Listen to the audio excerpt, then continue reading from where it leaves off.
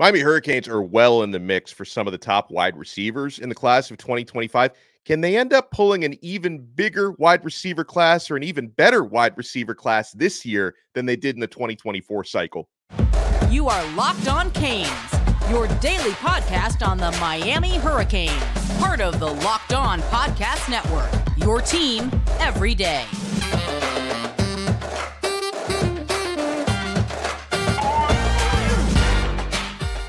Happy Monday, if there is such a thing. I'm Alex Donno, your host. I'm a University of Miami alumnus, longtime South Florida sports radio vet, and writer for allhurricanes.com. Thank you so much to the everydayers for making Locked On Canes your first listen and your first watch today. We're free wherever you get your podcasts. We're free on YouTube. We're part of the Locked On Podcast Network, your team every day.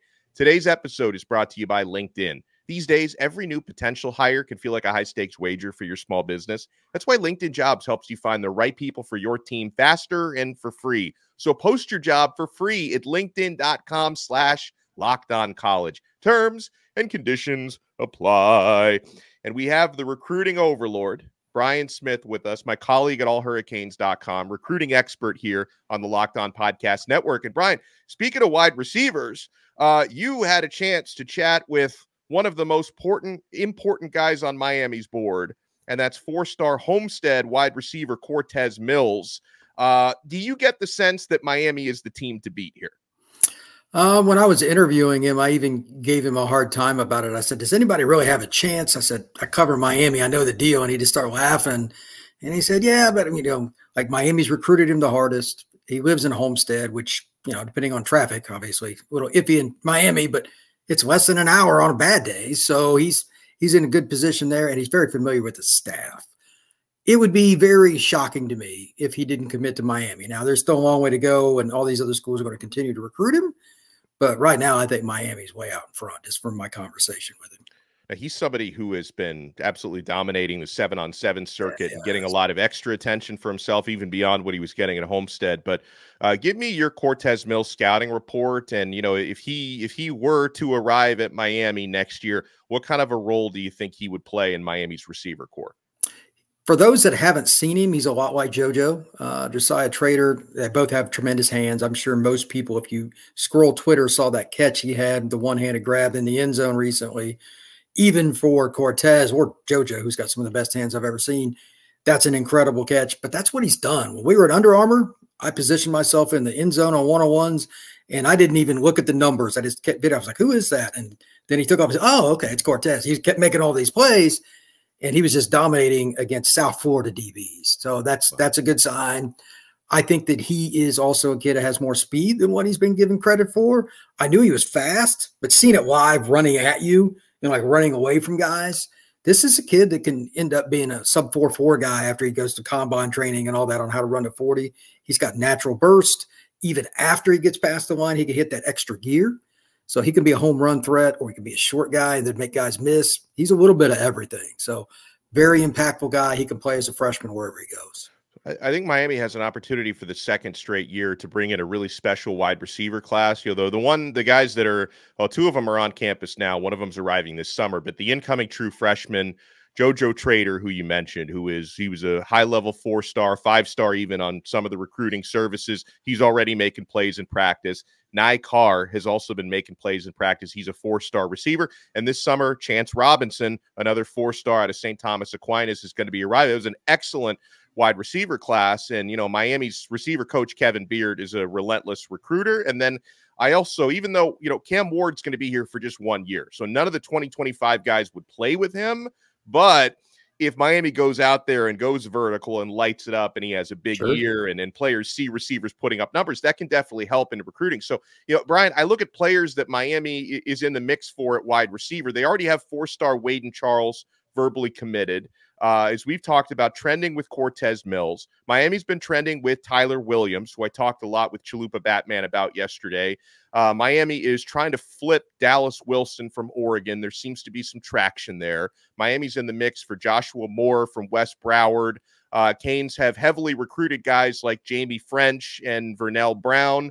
I don't think either of them, unfortunately, are going to be ending up in Miami. I hope I'm wrong about that. I felt pretty good about Vernell up until he started trending to Ohio State within the last couple of weeks. So you look at him, maybe I left a few names out, Brian, but some of the players Miami is in the mix with or even trending for, they could end up with maybe a class of 3 or 4 wide receivers that could rival the class they just brought in. I think Tyler Williams is a kid to watch. He's from the greater Tampa area. He told me that Miami is one of a couple of schools that would get visits here coming up, et cetera. They're doing a great job of getting all the kids, whether they're local or not, to take trips down to at least see a spring ball kind of situation. Hey, this is how we do practice. This is how our coaches coach. That's important to these kids. They want development, and they want to see it with their own eyes. They know coaches lie on the phone. Everybody, all these coaches do. I don't care what school it is. Kids want to see it. And they're getting them down. So Tyler's a great kid. I've seen him live. He's fast. He's another shaky, shifty kind of kid. If you add him to some of the other receivers, that'd be great. Joshua Moore is the one nobody's talking about that I'm really excited about because he's over 200 pounds. He's physically ready to play that boundary spot. And Miami needs more depth there. And then Dallas Wilson, somebody I recently picked to go to Miami just because I just don't think if Tampa kid's going to end up at Oregon. Yeah. I mean, Oregon's recruiting is as difficult to follow as anybody because they recruit so much out of state, but I just don't think that'll happen. And Miami's really going after him hard. I like it. So looking at now, you were in Auburn talking to players over the weekend, and there's a couple of players that are in that area. Enterprise, Alabama. And we've talked before about Mario Cristobal landing the helicopter at Enterprise and what a big time school that is in Alabama. Talk to me about a couple of players out there from Enterprise that Miami seems to be recruiting. 4-star edge Zion Grady, 4-star linebacker Eric Winters. Do you think they're both going to end up in schools closer to home, or is Miami in the mix to possibly get them to come down to the Sunshine State? I think that Winters would be a little more difficult, but I talked to him about Miami openly, and that Miami sent 3 guys to one of his basketball games. Enterprise has a big-time high school program as well for hoops, and they sent guys to go see him play hoops. They've had Jason Taylor there. They've had Mario there. They've really put in the effort, and it's a good program, but it's in random southeastern Alabama. Yeah. That's just not a place where you think Miami's going to recruit. They just don't care. I think the bigger point to take is Miami will go wherever to get players. And most teams, I mean, the state of Alabama is arguably, I'm writing about this right now at All Hurricanes, it might be the most difficult state to pry kids out of, especially when Saban was there. That's a whole nother deal. But like Zion is open-minded. And Eric is excited about something about Miami caught his attention when they landed the helicopters and all that. So there's a chance there. Zion is more wide open. He was going to go to Bama. Saban obviously retired. Now he's like, he doesn't know where he's going. And Jason Taylor has a pretty good track record with defensive linemen of late. So I think he's an elite player and he could go anywhere. It would not shock me if that was the one. Like every year, Miami's probably going to get somebody just randomly. Wouldn't be surprising to me at all if it was Zion Grady. Other players we're going to talk about on this episode with Brian Smith, who's been all over the Southeast covering recruiting, covering 7-on-7s, covering combines, everything that's going on. We want to talk about 4-star running back Alvin Henderson, another Alabama-based prospect, some Georgia-based prospects on the list, Elijah Griffin, 5-star defensive lineman out of Savannah. I also want to talk about the possibilities with the types of NIL deals you can get in South Florida, because a certain Miami Hurricane football player has just inked an NIL deal with a Fortune 500 company. It's hard to get something like that in college towns. So my friends, you want to keep it locked right here. We're only getting started on this Monday episode, brand new episode of Locked On Canes. My friends, we're only getting started with Nissan. This week's March Madness bracket highlight is brought to you by our friends at Nissan, because each week we're picking one team that stands out. The team that's pushed it further than the rest, just like any of the all-new 2024 Nissan SUVs. This lineup is so nice, guys. These teams were able to take it to the next level. The Yukon Huskies can only be described as an armada. The top-seeded team is as hardcore as it gets out there, so it's no wonder they've landed the top overall seed in the NCAA tournament. They're one of the favorites to win it all, despite 4 of the Power 6 conference champions standing in their way in that East region. So take that Nissan Rogue, Nissan Pathfinder, or Nissan Armada. Go find your next big adventure. Shop NissanUSA.com. We are also brought to you by the awesome folks at Amazon Fire TV. I'm so glad they're part of the family now here on Locked On, because This is a service and a product I believe in. I've been using Fire TV and a Fire Stick for years, and Fire TV is your destination for sports. From live games to highlights to in-depth analysis, Fire TV offers amazing viewing experiences with smart TVs, as well as the Fire TV Stick you can plug into your existing TV that provides access to millions of movies and TV episodes, as well as free and live TV. Whether it's opening weekend for baseball or the college basketball tournament, you're going to want to have Fire TV. Fire TV recently created Fire TV channels to deliver constant supplies of the latest videos from your favorite sports brands, all for free. And that includes all of us here on Locked On and most of the big pro leagues and college conferences as well. Fire TV channels lets you dive into all the game analysis, highlights, and more to keep up to date on all the latest in the world of sports, March Madness, NBA, MLB, and lots more. Not to mention great news, entertainment, gaming, travel, cooking videos, and so much more. Check out Fire TV channels on Fire TV and Alexa devices. If you haven't checked out Fire TV channels, you should. Trust me on this. To learn more, visit Amazon.com/LockedOnFireTV. Thank you so much for making this Recruiting Overlord Monday episode of Locked On Canes your first listen and your first watch today. We're free everywhere you get your podcasts. We're free on YouTube. We're part of the Locked On Podcast Network, your team every day. So Brian Smith, another player that I want to start with Elijah Griffin, because I haven't talked about him really enough. So he was down at Miami, I think, for the Friday spring practice a couple of weeks ago. And Miami pulled out all the stops for him. They've given him a lot to think about. This is a 5-star defensive lineman. I'm not saying the Canes are the trending leaders right now, but I think they are trending in an upward direction. What can you say about where Miami stands for Griffin, and what type of a player is this? To be honest, everything was just pointing towards Georgia, and he doesn't take trips, doesn't really talk to media. He's very, very quiet. And then I heard he was going to take the visit, and I'm like, okay, that's odd. I figured it would be South Carolina, Auburn, Clemson, something like that. And he had a really good visit. He had quotes about it. He was commenting to different reporters. I think it's kind of like Miami's probably the second team now. Until otherwise proven, he's going to Georgia in my mind. I don't want to give anybody any false hope. But at the same time, why would you take the visit if you weren't interested? So it's a long way from Savannah. I think that he's as athletically gifted as any player in the country.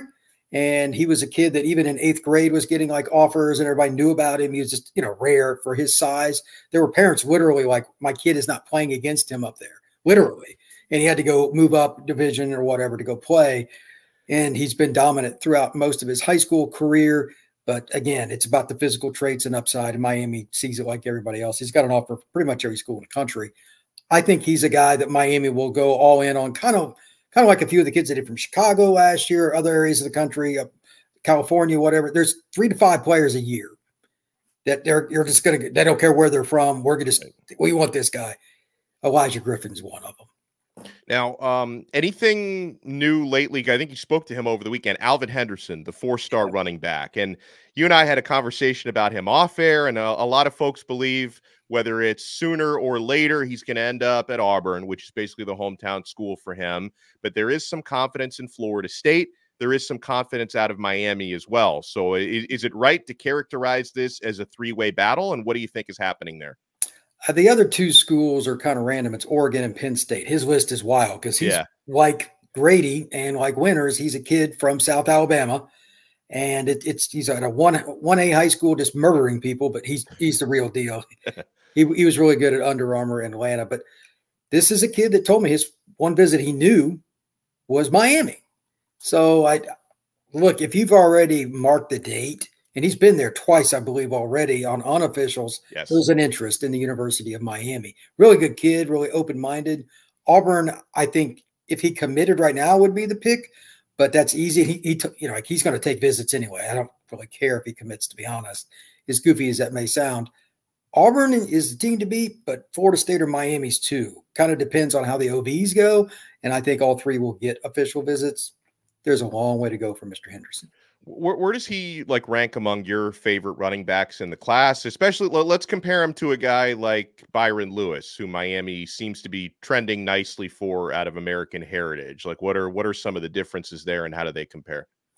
They're very similar in size. Alvin's slightly smaller. He's 5'10", 197.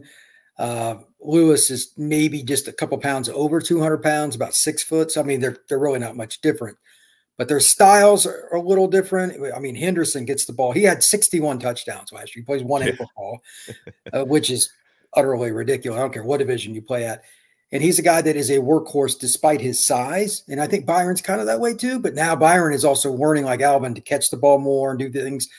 I think they're both do-it-all players, and they would complement each other well. Most importantly about both, they'll run between the tackles. If you're going to play at Miami with their scheme, using the H-back and doing different things, you got to be able to consistently run between the tackles. You know, even Parrish, who's not the biggest guy, does that, and that's why he gets a lot of touches. Henderson loves that stuff. Like, he's really good downhill. And believe me, standing in front of him, he reminds me like a boxer in terms of how he's big. Like, he has no body fat. That is an athlete right there.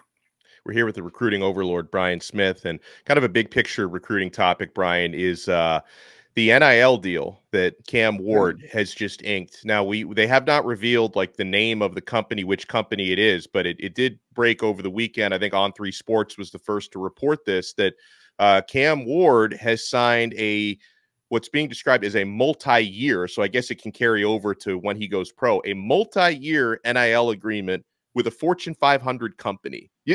You don't hear a lot about that in the NIL. I mean, we hear a lot about collectives. We hear, you know, the Heisman winners and stuff do national campaigns, but you don't hear a lot about Fortune 500 companies cutting NIL deals with college athletes. And Ward and his parents, Calvin and Patrice, are going to star in a national campaign for this Fortune 500 company at some point in the near future. Now, seeing something like this, I would imagine these are the types of opportunities you're more likely to get in a big city like Miami, or, you know, for the schools that are in Los Angeles, UCLA, and USC.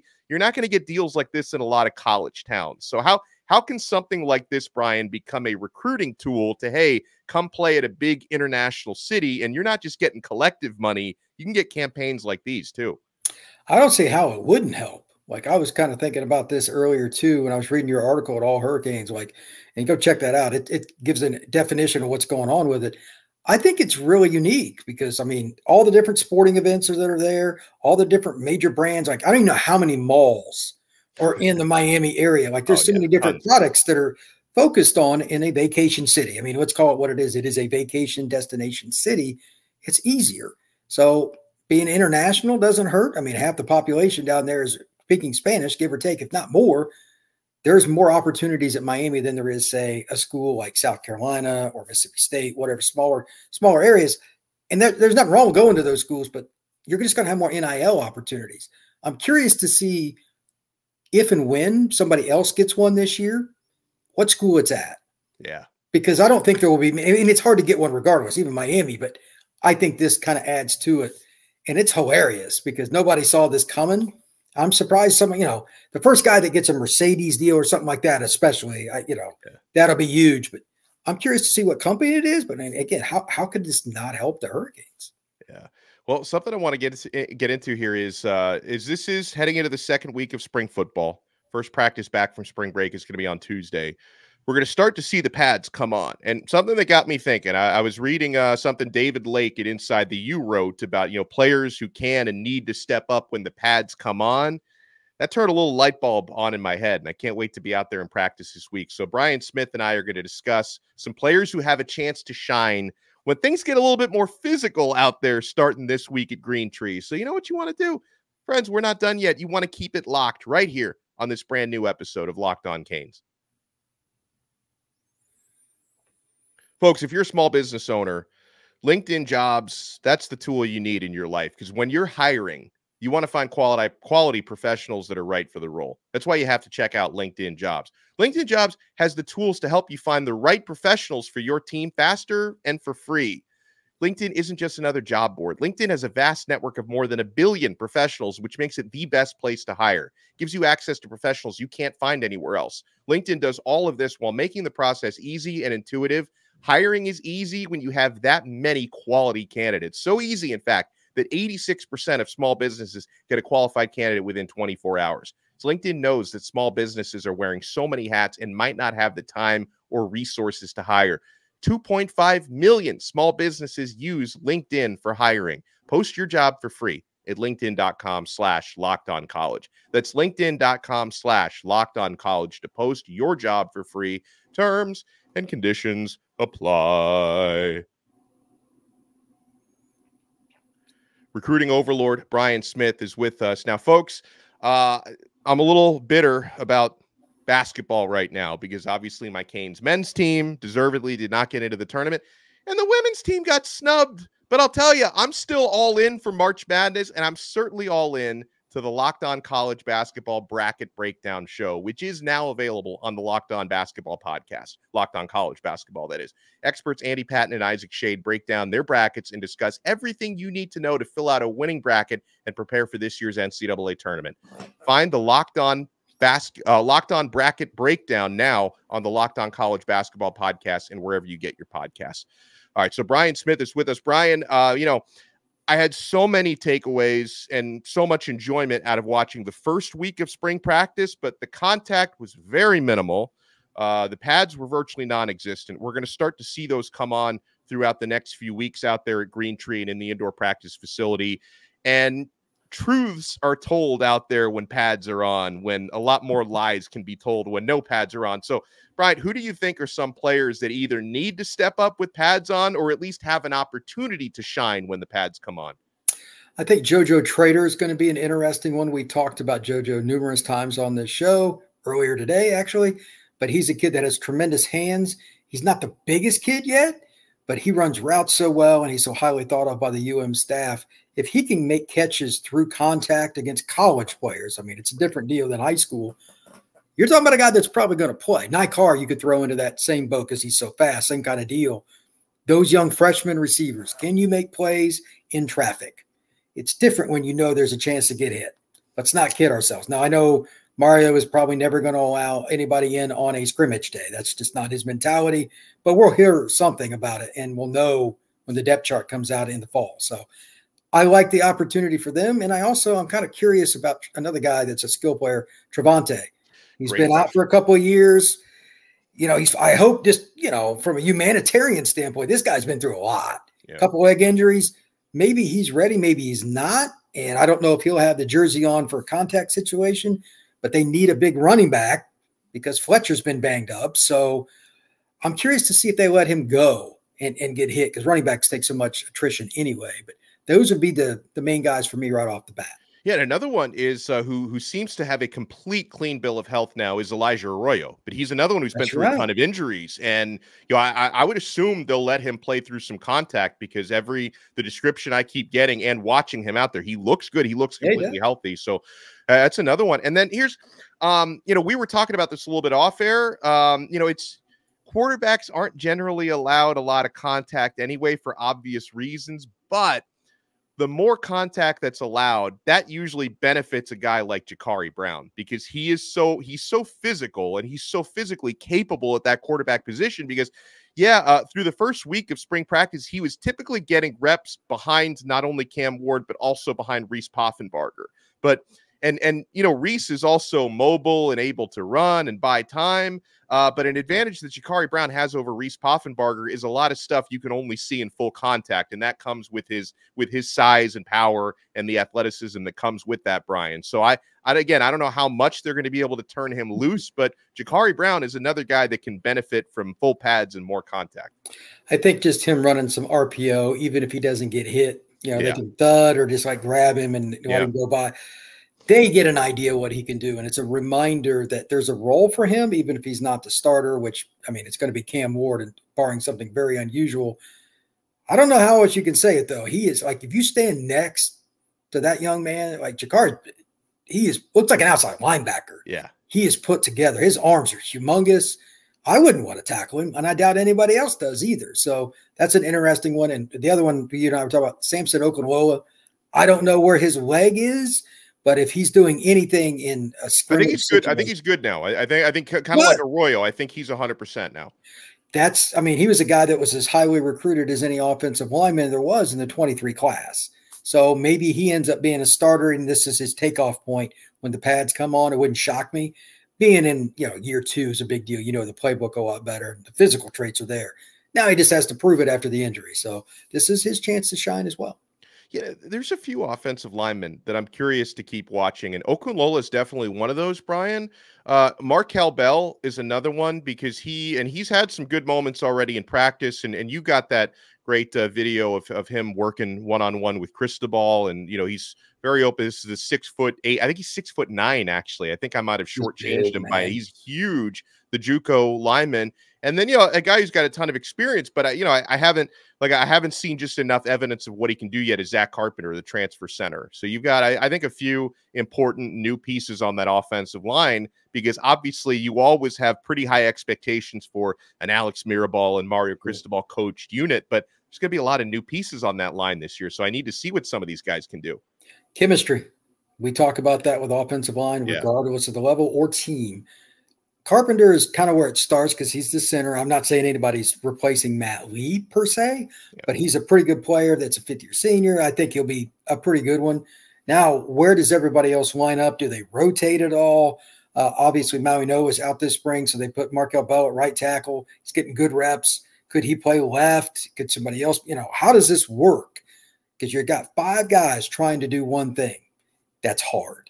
So it's a lot of fun to see it kind of come together. But the good news is, compared to where they were just 2 years ago, I mean, it's just night and day with the talent on the offensive line. They have pieces now that are off the bench that are better than some of the guys that would have been starting in Cristobal's first year at the University of Miami. So it'll work itself out. It's just fun figuring out the exact lineup.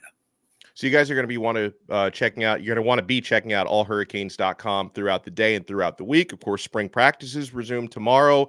Liam and I from All Hurricanes are going to be covering UM Pro Day today. So for guys who were at the Combine, I know Cam Kinchins mentioned he wants to try to improve his 40 time at Pro Day today. We'll see how he does. And also guys who didn't have the invites to the Combine, where this is their Combine, like KJ Cloyd. I'm looking forward to watching what he does later on today. And you guys also want to be making sure you sign up and try it free for 2 weeks. Locked On Canes Insiders. I include the link in the show description below. You get text messages directly from my phone to yours and vice versa. One-on-one questions and answers. I give you breaking news, practice updates.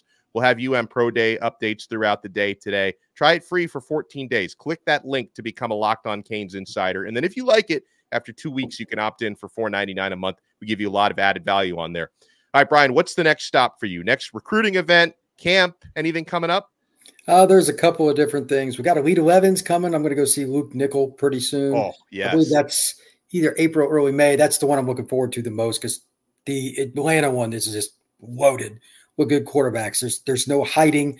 There's a couple of big 7-on-7s coming up and, shocker, more Under Armours too. So every weekend I'm somewhere. It's just the way it is. And I like it. It's fun, man. This is where you get all the info because right now when the kids take the visits, you find out where the OBs come from, those unofficials. Absolutely right. Make sure you guys follow Brian on X at FBScout_Florida. Make sure you follow our show at Locked On Canes on X. And if you follow us, we will follow you back. And by the way, if you're watching us on YouTube, hit that like button, smash that thumbs up. Make sure to subscribe to our channel. If you listen to the audio version, make sure you subscribe on Apple Podcasts, Spotify, the Odyssey app, wherever you get your pods. And we'll talk to you again next time on another episode of Locked On Canes. We are part of the awesome Locked On Podcast Network. Your team every day.